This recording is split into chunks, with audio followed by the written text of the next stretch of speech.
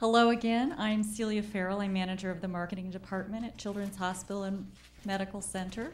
Welcome to Parenting You.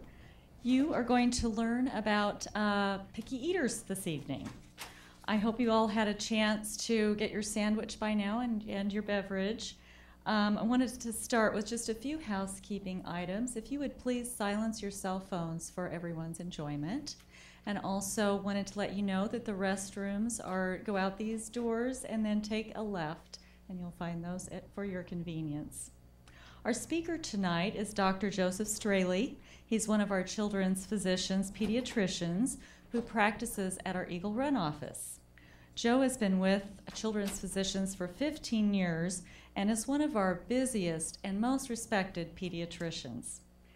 So I am sure you'll benefit from his wisdom tonight, both as a pediatrician and as a parent. Without further ado, please welcome Dr. Joe Straley.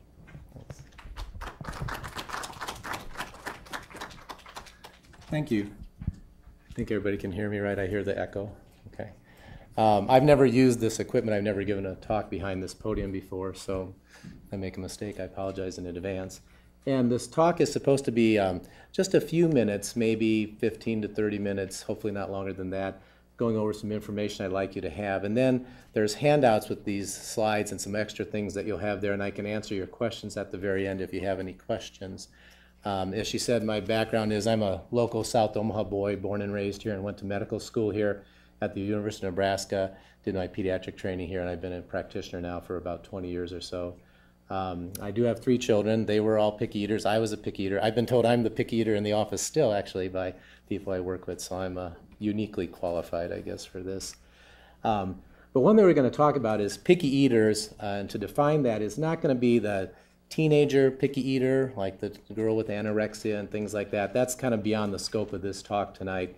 And I'm not going to talk about the infant under a year of age who's a picky eater. That's a whole different kind of topic, too, about children who have problems with allergic reactions to what they eat and things like that. I'm more going to focus on the 1-year-old up to maybe the middle school age child, 10, 12-year-old. And of course, we can answer other questions about other groups if you'd like as we go along here. But I think I'll just get started talking about the picky eater that we might all be somewhat familiar with.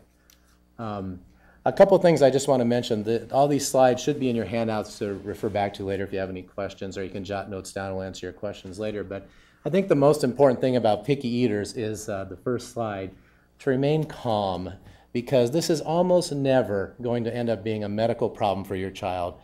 Just never. Your child is not going to be severely malnourished or get into different medical problems, illnesses because of it. That just doesn't happen. This is really more of a behavioral problem than a nutritional problem. And it's really, this and potty training are 2 of the biggest issues you might be confronted with in the first few toddler years. It just isn't worth getting into battles. So I would encourage you to just not take it personally if your child doesn't eat the veggies you picked or whatever you prepared that night. That just is not usually a major issue. And so to try to make it a negative thing with punishment rarely is helpful in this, just that it's rarely helpful with potty training either. So we suggest that we'll talk about some different techniques that are more positive than negative. And also just realize that children aren't always hungry the right time of day when we want them to be hungry. And they don't eat off the clock, they eat off their stomach, what that tells them. So I would encourage you not to try to adhere too closely, although I'll tell you something a little different in a few moments, but don't adhere too closely to the clock. And also don't ever try to force the meal or the snack, especially, I'm not talking about just the types of foods either, but just even the timing of eating. One thing I'm not going to talk about too much is the quantity of food they eat, because I think as long as the kids are following their growth charts appropriately, which hopefully your child's doctor is showing you at the well visits, things like that, then it's not usually going to ever be a problem. So the next is to keep an eye on the clock. And what this one means, though, is that if you know that you're planning to have the family meal at 6 o'clock in the evening and your 3-year-old says he's really hungry at 5:45, to give him a big snack just dooms the possibility of having a good meal experience later in a few minutes. So you can always try to hold him off with maybe some water to drink or something, or try to distract him with a different activity. Let's go read a book. Let's go outside and enjoy the warm sunny day, a few more minutes, whatever. But let his own or her own hunger be your best advocate here, that if kids are hungry, they'll eat. They will. Sometimes even foods they don't want to eat, they will if they're hungry enough. But to try to force them to eat when they're not hungry is rarely successful unless you're giving in with foods that they shouldn't have anyway. And also, don't expect too much to be eaten at a time. The average baby is about 7 pounds at birth, and that baby will double her birth weight. Sorry. That baby will double her birth weight in just the first 4 months. But then it takes 8 more months before that 7-pound baby will add 7 more pounds. And then it takes 12 more months before that now 1-year-old baby will gain 7 more pounds again. So the point is, babies grow very rapidly that first year, but their growth rate slows down tremendously the second year of life. So people who are used to seeing their 1-year-olds eat so much suddenly are very surprised when those same 15, 18, 21-month-olds don't ever seem to want to eat. You know, they eat like a bird. That's what my mom always told us, I guess.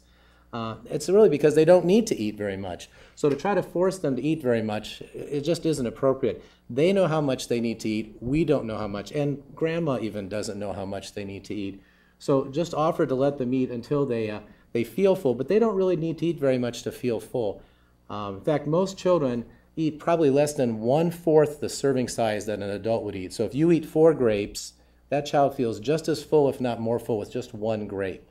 And so people tend to lose perspective on how little they really need to eat to feel full. In fact, some people say, well, what is a typical serving size for this 2-, and 3-, and 4-year-old? And I would say usually it's a tablespoonful for each year of age. So a typical 2-year-old would eat like 2 tablespoons, level tablespoons full of applesauce. That's a whole serving. Doesn't seem like very much to us, I know, but that is a full serving for a toddler. So that's one easy way to remember that. 1 level tablespoon per year of age is a full serving. Not very much. The big concern we also have is kids like to drink, which is fine. In fact, we hear a lot of times parents are concerned that their kids are drinking too much and they worry about diabetes and things like that. But the reality is kids just like to drink, and especially in the winter when it's so dry, so they drink a ton.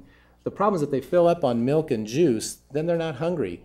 And filling up on milk, especially if it's low-fat, skim milk, 1% milk, that's a reasonable thing to do.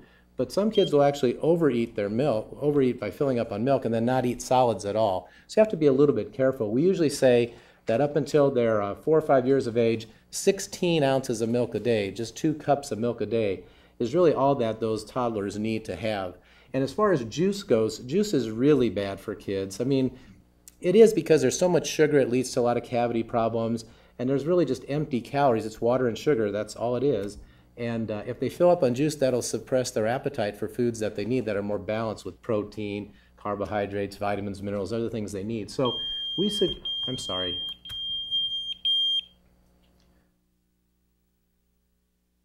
Excuse me. I didn't silence mine before I came in. We suggest you try to limit their juice intake to maybe at the most 4 ounces a day. And don't get me wrong, they can have 4 ounces of juice mixed with 12 ounces of water, so over the course of the day they can have 16 ounces of this very diluted juice, and as far as they know, they may be satisfied with drinking that much juice, but really it's only 4 ounces of pure juice every day, and that's kind of the limit we'd suggest you try to keep in mind for kids. But start small. When you offer them feedings, whether it's meals, snacks, whatever we're going to be talking about, it's best to start with very small servings. Like I said, maybe 2 green beans is enough for a serving, and that's really maybe all a 2-year-old could be expected to eat. Small portions, and offer a variety of foods, so hopefully they'll pick from among that a variety. And let the kids kind of help in the choosing of which food you're going to prepare. I know that, my 3-year-old would pick green beans every time, or my other one would pick corn every time, that type of thing.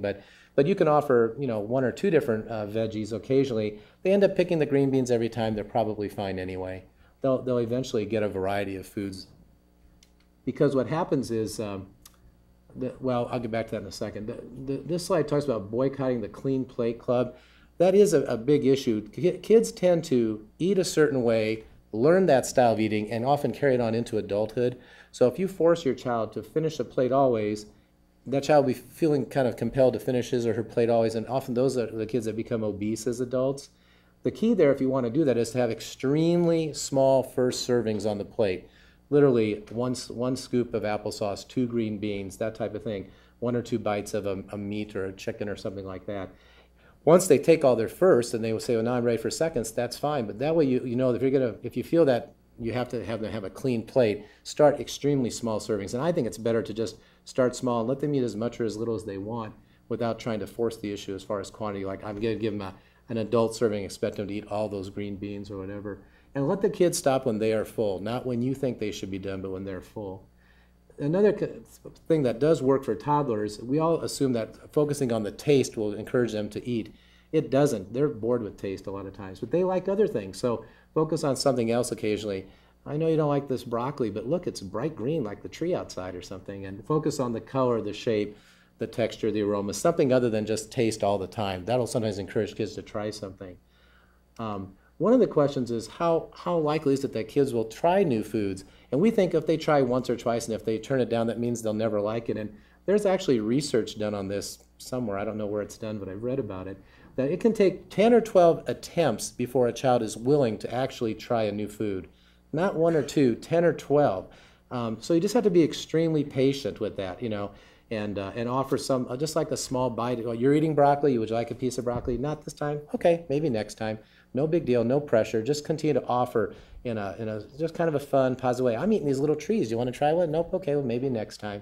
Just have fun with it and try to be very patient with it, realizing that it's the repeated exposures that'll be helpful, not one intense exposure. Eat that broccoli or else you're not going outside. That's just not very effective.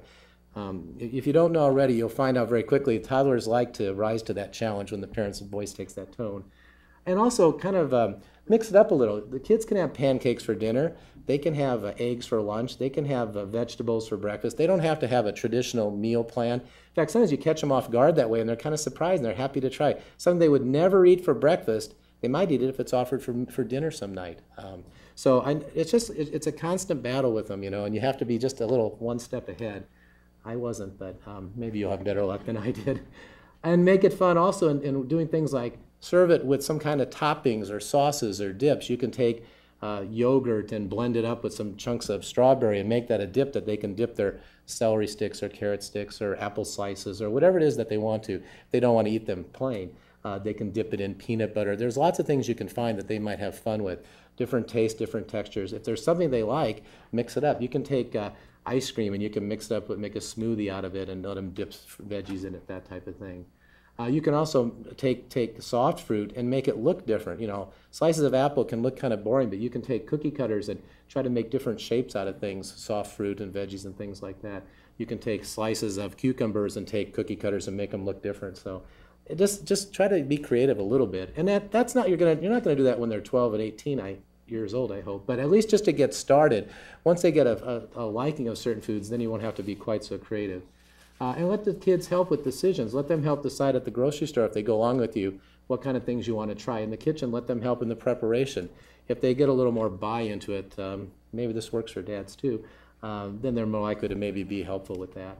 And set a good example yourself. I mean, that's obvious, but I know when we had our first one, we suddenly started eating more veggies as a couple than we ever used to in the prior few years, and maybe you'll find that true too.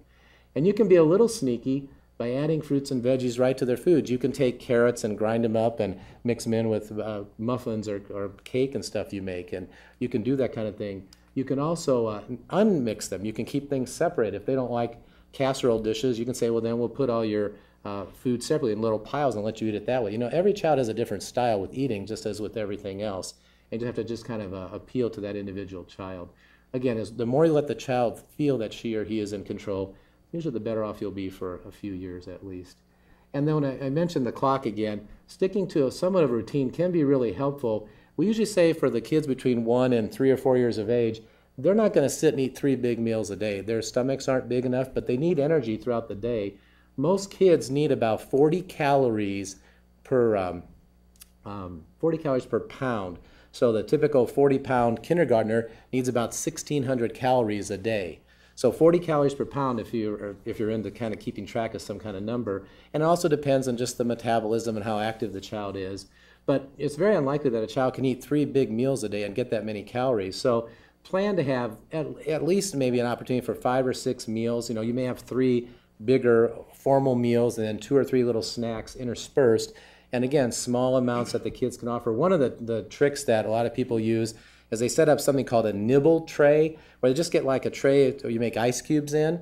So in each of those little trays, you put like 1 or 2 little bites of something, a little handful of Cheerios, a little sprinkling of crackers, a couple grapes, a couple raisins, and 1 little piece of oatmeal cookie maybe. It doesn't have to be only fruits, veggies, or pure grains, just a variety of things. And then let the kids sort of pick and choose.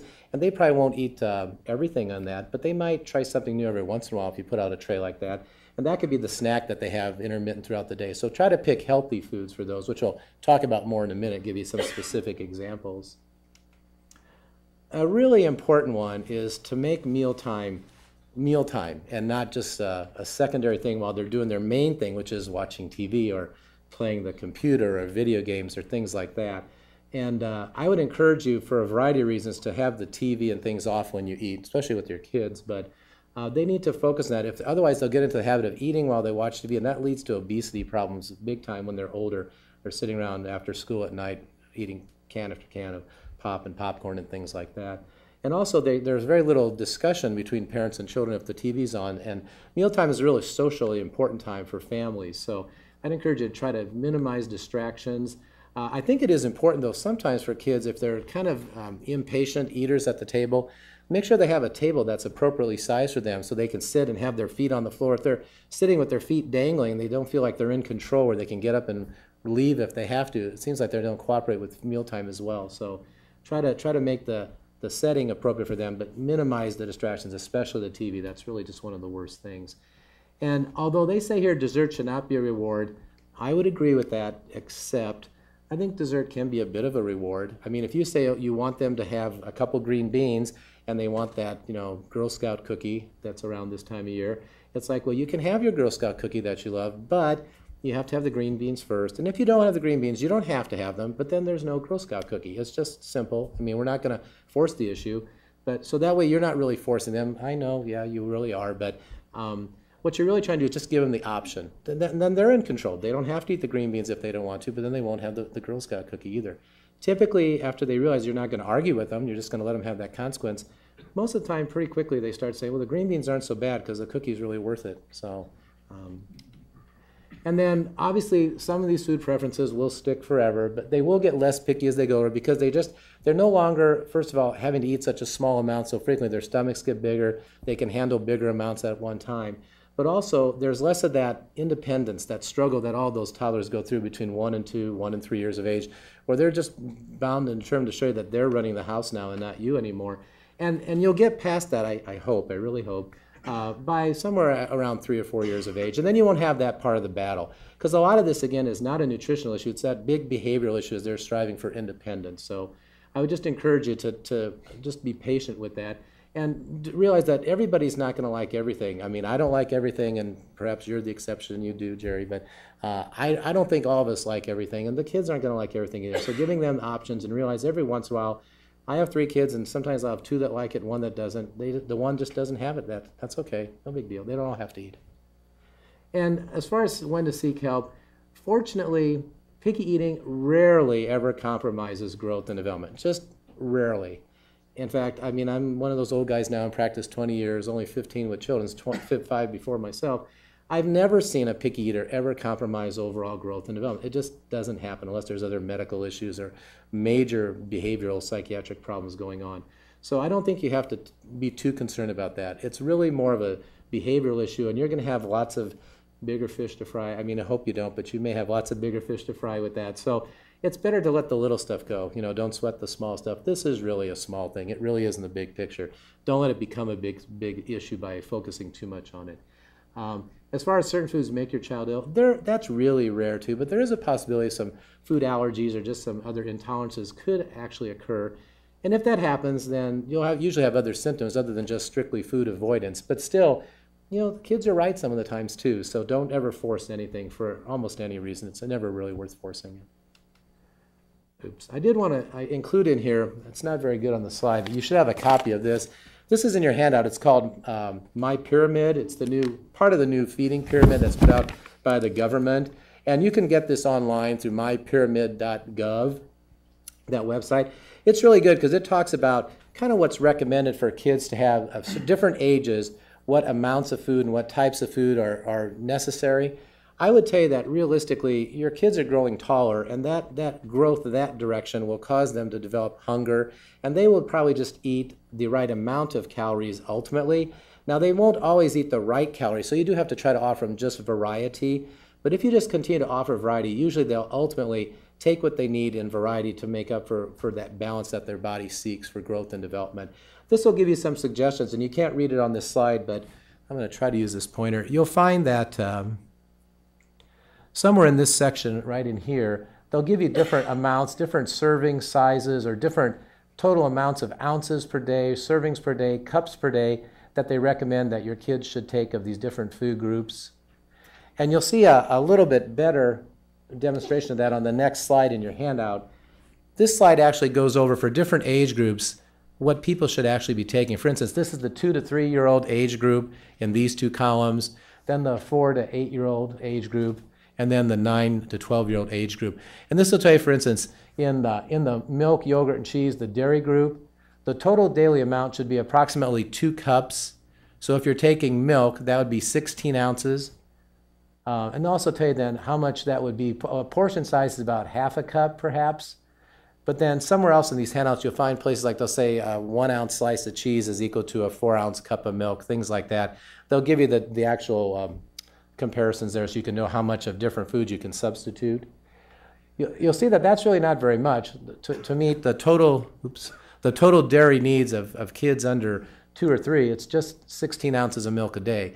If they take more than that, that would be all right as long as they take a variety of other foods also. But we have kids who would sit there and eat definitely, 24, 32, 48 ounces of milk a day and therefore not be hungry for anything else. And I did see a patient once who came in with her parents and all she had was milk and Rice Krispies and macaroni and cheese. That was her entire diet from 1 year of age to 2 years of age. And she had severe anemia. They thought she had leukemia, and it turned out she just had severe iron deficiency anemia because there's no iron in that diet. And the thing is, for those kind of kids who are that picky, what you can always do is just offer them a once-a-day, over-the-counter, just multivitamin with iron. That will give them the balance of all the minimum that they have to get. And then you literally have months and months to work out the other behavioral issues with your child's doctor. As long as they just take that once-a-day vitamin with the mineral iron. Iron's crucial to add, though. That's going to handle all that temporarily. And like I said, really for months, not for days or weeks, but for months. This handout will also give you some idea then, if I can get the pointer again, about in the meat and egg group, how much it takes. About 1 ounce is a serving of meat, which is like 1 slice or half a slice to 1 slice of a thin slice of like lunch meat or ham or something like that. And it tells you, does that keep sliding? Sorry. It tells you how much they need in a given day, just 2 ounces in a day. And then as they get older, 3 ounces, and then up to as much as 5 ounces when they're in their middle school years. Vegetables, which is probably the hardest thing to get kids to eat, obviously. I don't know why that keeps doing that. Anyway, vegetables are listed there. Fruits are listed there. I'll quit using the pointer there. And how much grain is recommended. And it is important to try to get the kids on the bottom lower left-hand corner to try to pick some whole grains. It's recommended you try to get maybe half of their grains in as whole grains. And a good, easy way to do that is with cereal for breakfast. It's easy to get whole grain cereals like Wheaties, Cheerios, instead of Captain Crunch or Rice Krispies, whatever. And the sugar is not as big a problem. It really isn't at that time. So getting frosted mini wheats or Honey Nut Cheerios, I mean, they're going to be fine. Kids will like the taste of those. The whole grain nature of that product is not overwhelming the sweetness, so they'll like it.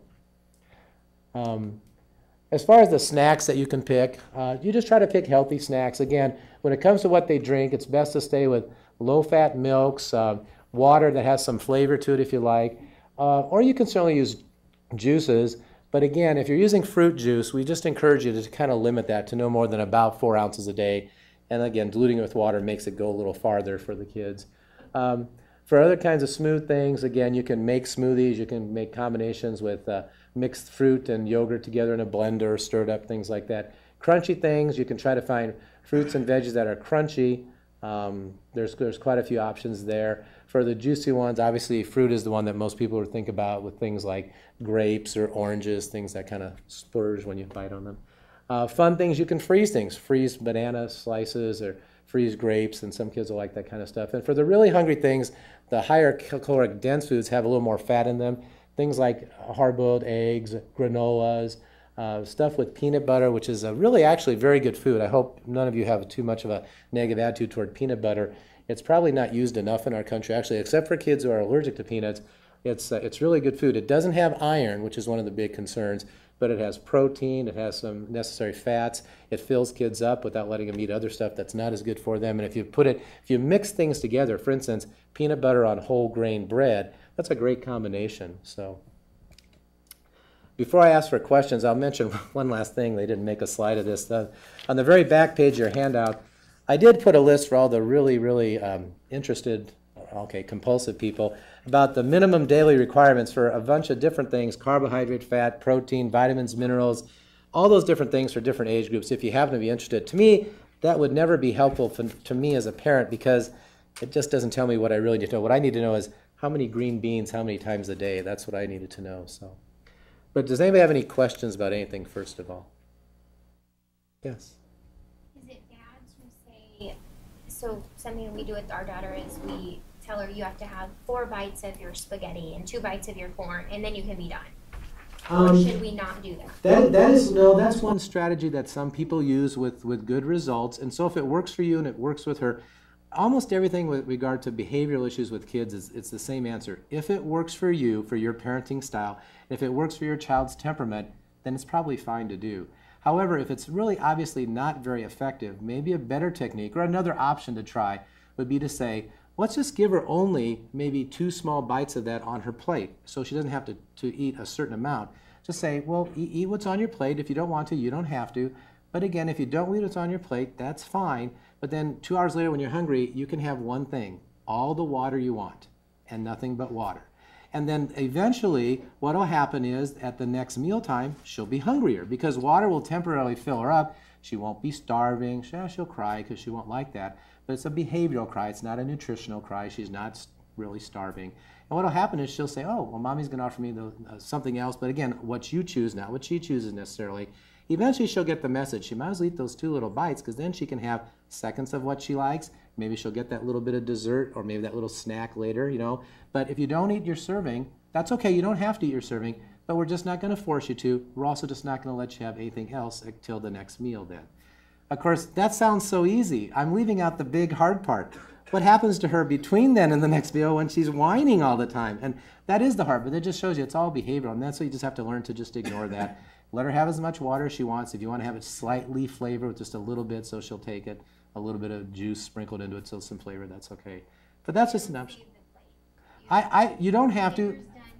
Some people do save the plate. I personally don't think that's the best thing to do.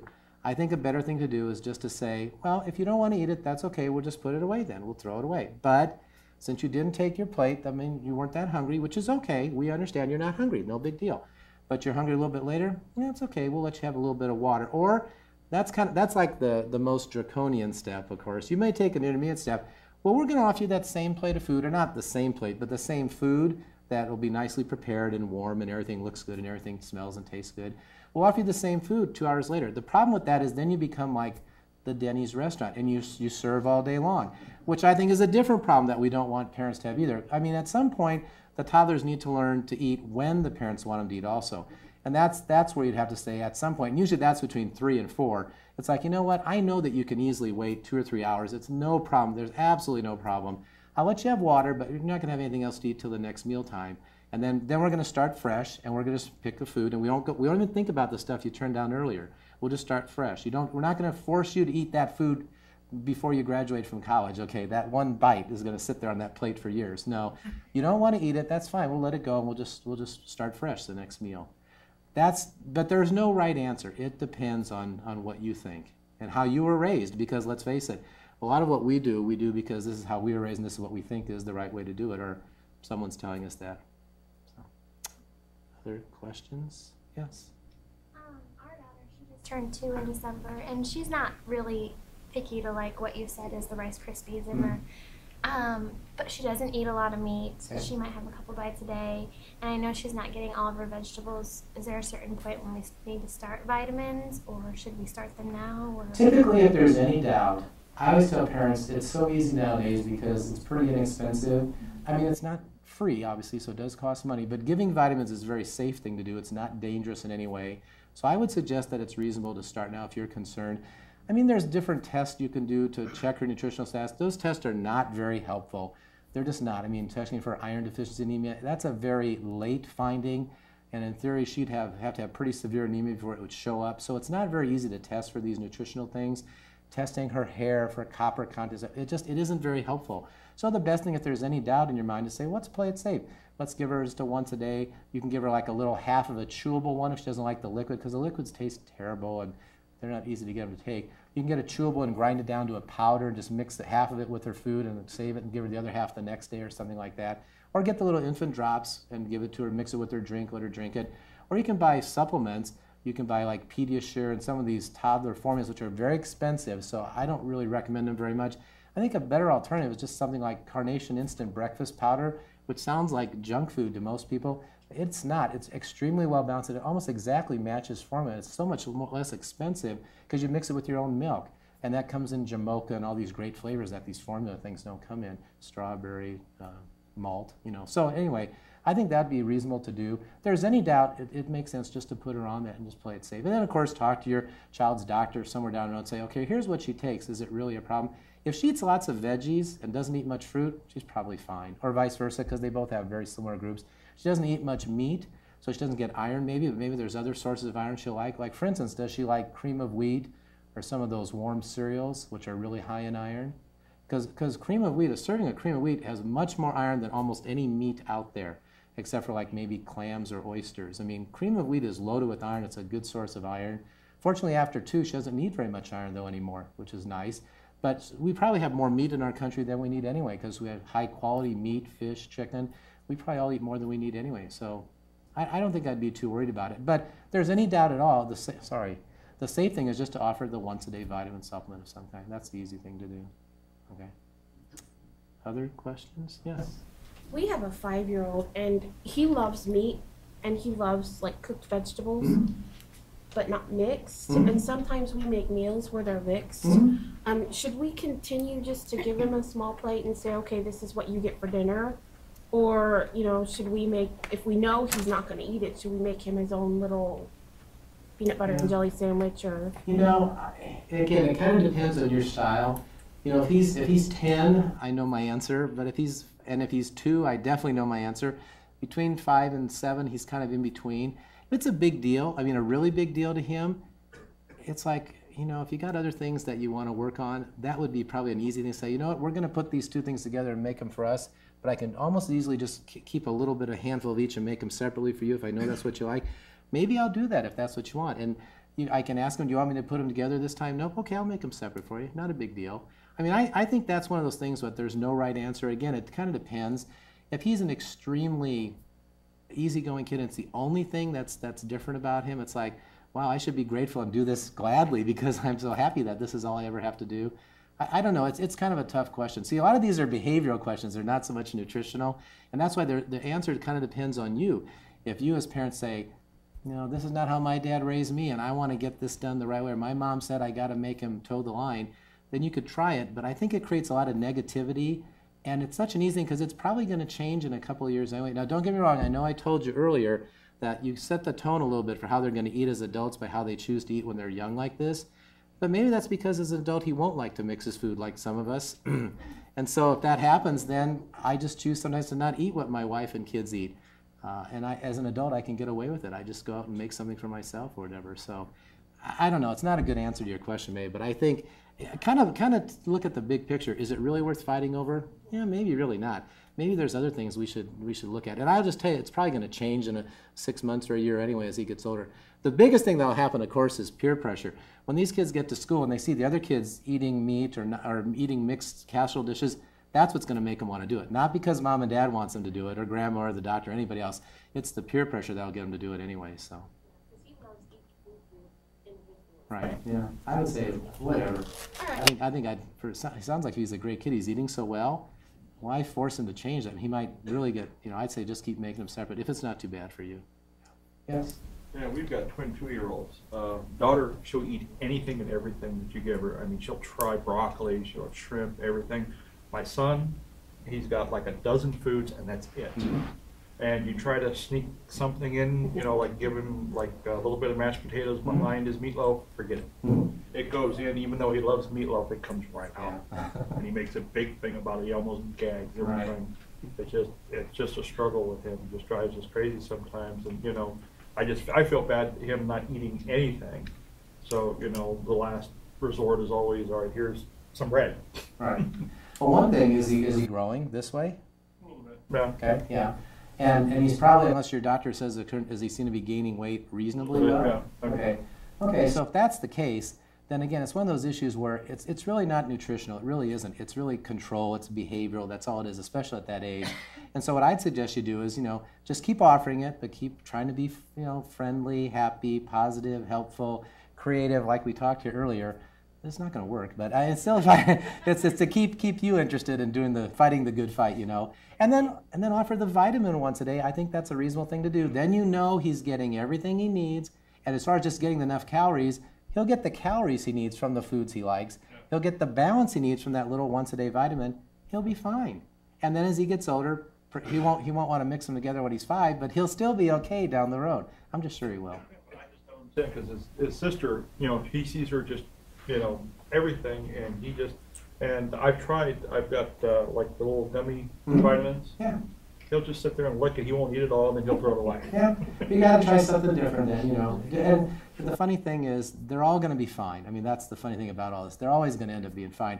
They drive us crazy. Oh, sorry, but they're gonna be fine. So I would just encourage you just not to take it personally. He's not doing it against you.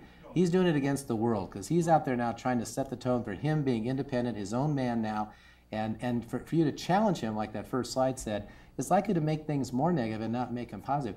Be calm, be patient, don't take it personally, keep offering it, and if you're really getting worried, just give him the vitamin. That covers everything.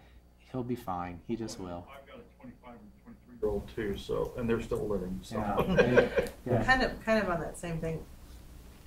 You were talking about portion sizes. The other day, each of the twins had 4 hot dogs apiece, and it was like you couldn't feed them fast enough. I was like, going, but for having such a small stomach, is that normal? No, it's not. It just goes to show you that they can eat that much. They can eat that much if they want to, but they just don't always want to. So that's why you can't expect them. You know, they're also going to give you a big hug and a kiss one night. The next night, they're not going to want to come near you. You can't expect consistent behavior all the time from that age group in anything, especially with food. So you take advantage where you can, realizing that they eat in spurts like that. They may eat great for a couple days and then like not eat like anything for like 2 weeks, and that's normal. They're not like pythons that fill up and then just live off it, but they sort of do to some extent. So you just have to realize that their hunger is what's going to drive everything. So you want to keep offering mealtime options and snack options, but small amounts, big variety, make it fun, and just be patient. It's all going to work out. It will. Somebody else also suggested to, you know, kind of get them a combination of the fruits and vegetables. They have that V8 where it has the fruit juice mixed in it. Yeah. Is that kind of a... That's very reasonable. But again, if they fill up on it, as long as it's something like that, it's not as bad as they fill up just on pure juice. Let me just put in my big comment about pop again, if I could. I haven't done that yet, but that's really bad for kids. Particularly it's bad for girls because as they get older, the phosphates in pop makes their calcium absorption be at great risk. And so girls have terrible trouble with calcium and bone strength, bone density. You know that. That problem doesn't start when you're 35 or 45 or 55. That problem starts, even if it's diet pop, that problem starts when you're 2, 5, 10 years old. So pop is really bad to drink. If they're going to drink pop, diet pop should be the only pop we think is safe. We think the sweeteners are safe. I know some groups have a little controversy. We don't think there's the controversy. We think the sweeteners are safe. But staying away from pop together is better. Drinking water, drinking low-fat milk, or drinking fruit juice, veggie juice if they'll take it. I know the veggie juices are sweetened up a little, which makes them a lot better than the stuff they tried to give me when I was little. I was picky, remember, so cod liver oil, you know. They didn't have vitamins in. They gave us other things, and they held us down, man. That was not good. Maybe that's why I'm a picky eater now. See, there you go. Other questions? Yes? Our son is 2.5. He eats maybe 10 things, and he's a very, very picky eater. I'm a very, very, very picky eater. Okay. My father is a very, very picky eater. We give him the vitamins. He's like that prime example of the little girl. Some days he'll eat, because one of his main things he eats is cereal. he'll eat maybe, in one sitting, he'll maybe eat 3 bowls of cereal. Okay. But for 2 days, he won't eat. How long do we wait until be officially concerned? Because he does take vitamins every day. So how long do we wait until? I don't think you have to be concerned at all. I mean, how long before you're concerned that he's not eating? Well, to eat other foods besides the 10 that he eats now. Because I mean, Oh. he's tall. He eats grain, fine. you said. He eats cereal. All these cereals are vitamin, mineral fortified pretty much, unless you're buying something pure, like just pure puffed wheat or something, or puffed rice or something. So he's eating a kind of a commercial cereal. Okay, so they have so many things added to it. And he has milk, right? Milk has, calcium, vitamin D added to it, things like that. So he has milk and cereal. He has 2 food groups there, grain and dairy. Does he ever take any fruit or veggie ever? No. Okay. Does he ever take any meat or any legume like peanuts or Allergic to nuts. okay, beans? Chicken seeds, sometimes. Chicken, eggs, or eggs? No. Just chicken. Okay. He has So he gets his allergic- protein from his dairy. He gets some of the other things from the cereal. And if you give him a vitamin, I think he's fine. I know you'll hear people say that's really bad, and they're not going to say it's bad from a nutritional point of view. They're going to say it's bad from a behavioral point of view, that you're giving into this little kid too much and you're letting him run the thing. And the reality is, yeah, so I mean, we're doing it to him at this age. We're not doing it to him when he's 19 and wants to take our car and wreck it every weekend or something. You've got to keep perspective here. It's just a picky toddler who's going through this stage anyway, and it's going to be gone in a few years. And if you just create more negativity by trying to be too coercive now, in the long run, it's going to be counterproductive. So you want to make sure there's nutritional adequacy, which you will do by giving him the vitamin and just a bunch of food so he'll get the calories he needs to grow, which apparently he's doing. But you can have terrible nutrition, like this little girl who only had the macaroni and milk and stuff. She had terrible nutrition, even though she looked pretty normal. She was actually slightly plump, but she had terrible nutritional status because she focused on only those foods, and they didn't supplement. But you're doing the vitamin. He's fine. He's going to be fine. The biggest concern I'll just mention to you all is getting enough iron between 1 and 2 years of age, because most babies get either breast milk or iron-fortified formula or iron-fortified baby cereals in the first year of life, and that gives them the iron that they need. But when children don't get enough iron from 1 to 2, that's when a lot of developmental problems can develop, because the brain crucially needs iron that second year of life. So that's what it's really important, if your child is not eating enough iron, to give them that once-a-day multivitamin with iron. That's the most important time, from 1 to 2. After 2, the iron is no longer quite as important. Then it's just the vitamins, and the iron's not that big a deal, because up until 2, the brain is dependent on lots of iron for brain development. And after 2, it's not so crucial. Yes? I'm convinced we've enabled the world's most pickiest eater. And so since misery loves company, I'd be interested in maybe some war stories here of your, 1 or 2 of the worst, examples of picky eaters that you've encountered.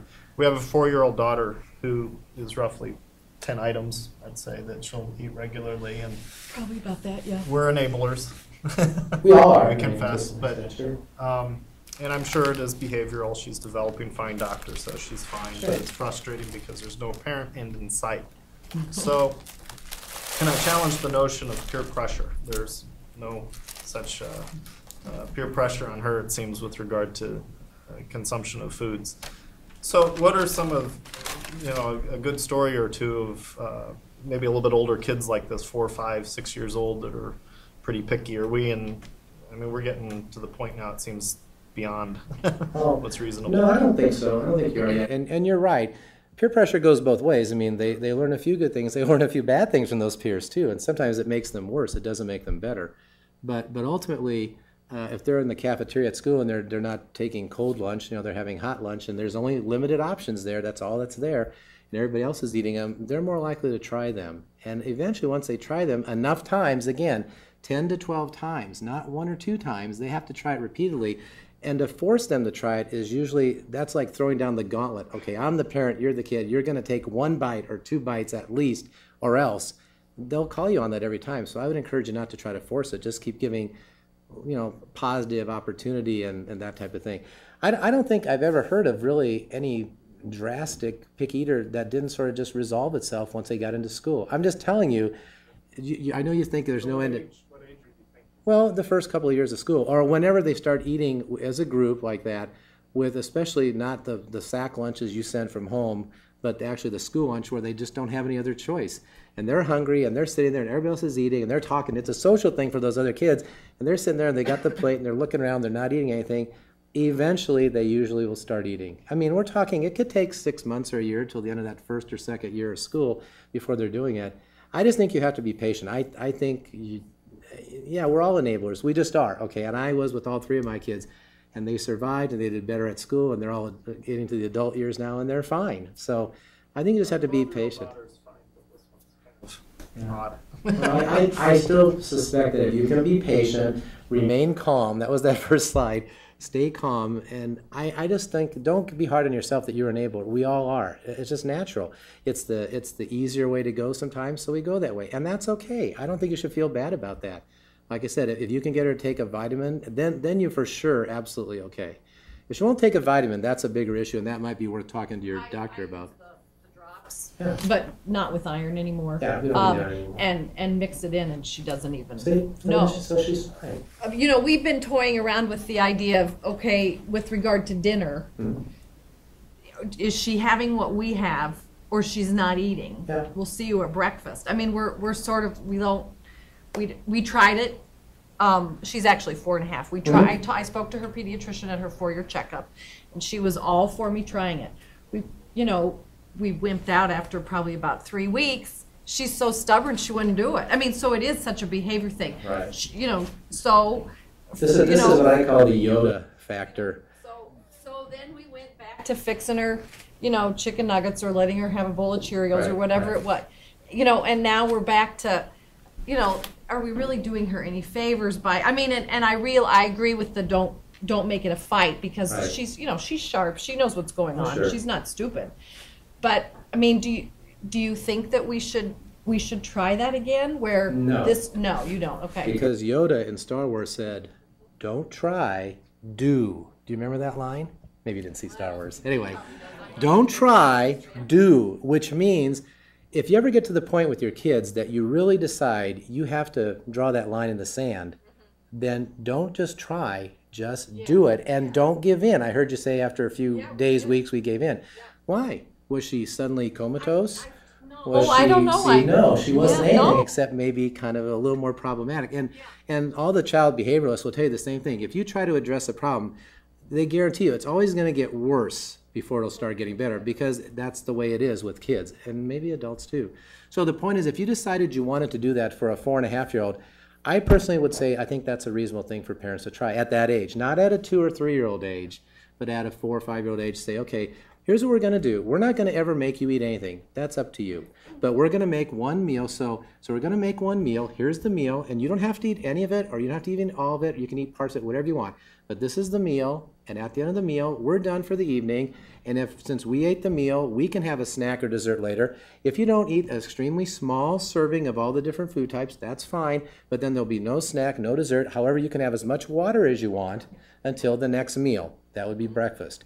And at breakfast, you don't pull out that same plate. You make breakfast with the breakfast type foods you want. Same thing, doesn't have to eat if it doesn't want to.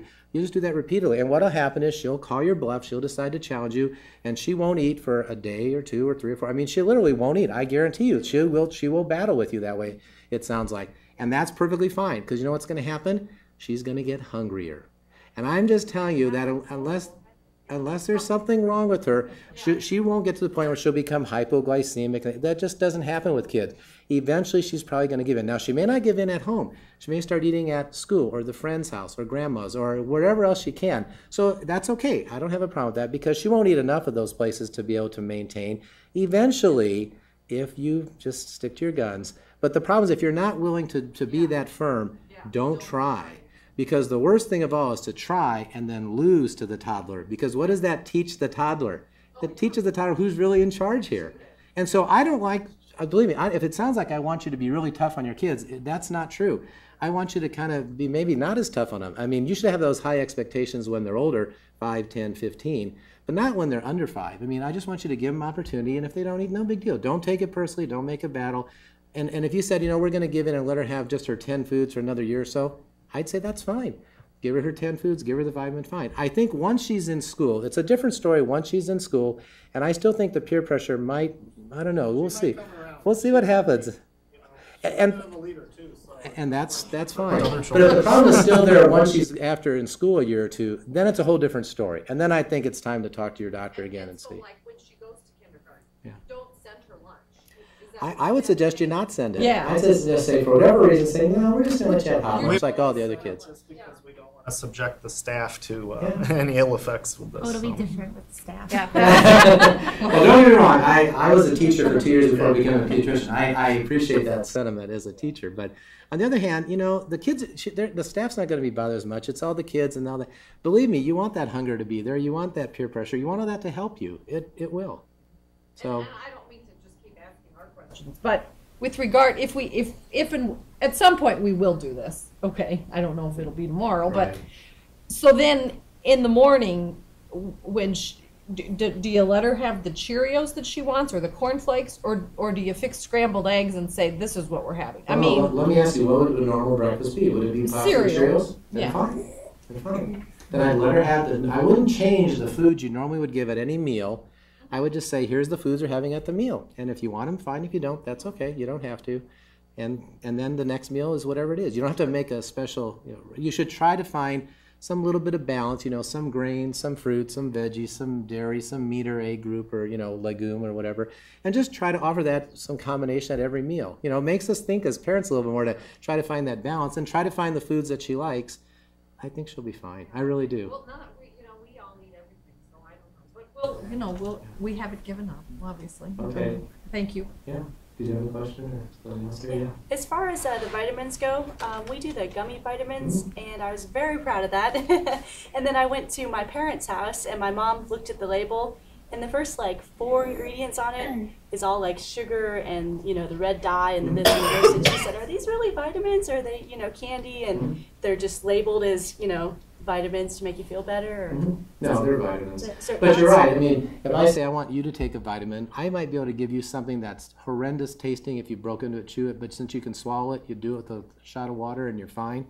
It's not too hard to convince you to take it, but to convince a 2 or 3 or 4-year-old to take it who focuses a lot on different sensory things like taste and texture and stuff, might be a battle. So in the big scheme of things then, kind of keep that big perspective here. Is it bad to let them have a little sprinkling of sugar on something to get them to take it at first? I don't think so. I mean, Mary Poppins had that right too, didn't she? Makes the medicine go down. So yeah, I think that just that's fine.